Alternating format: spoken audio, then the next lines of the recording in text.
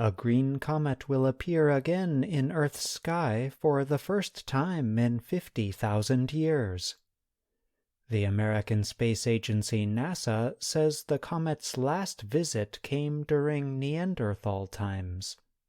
It will come within 42 million kilometers of Earth on Wednesday before continuing on its path, unlikely to return for millions of years. Discovered less than a year ago, this green comet can be observed in the northern night sky with devices such as binoculars and telescopes. It is also possible to see with one's own eyes in the darkest corners of the northern hemisphere. The comet will be best seen in the early morning hours.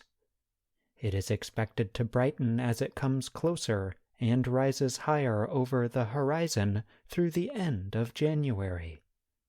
By February 10th, the comet will be near Mars.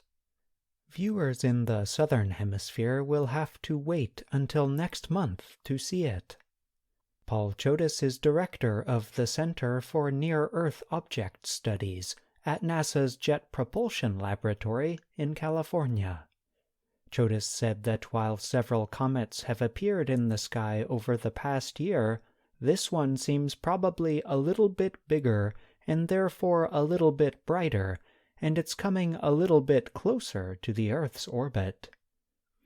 The comet was discovered last March by researchers using the Zwicky Transient Facility, a special camera at Caltech's Palomar Observatory. That explains its official, difficult name, Comet C 2022 E3 ZTF.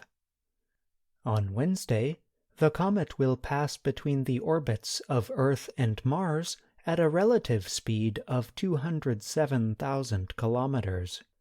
Its nucleus, or center, is thought to be about 1.6 kilometers across, with its tails extending millions of kilometers.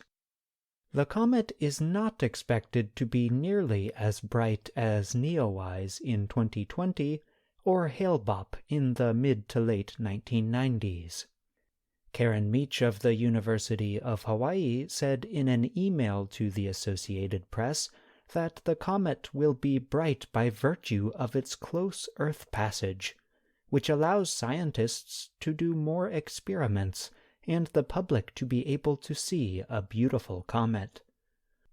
Scientists are confident in their calculations, putting the comet's last pass through the solar system at 50,000 years ago.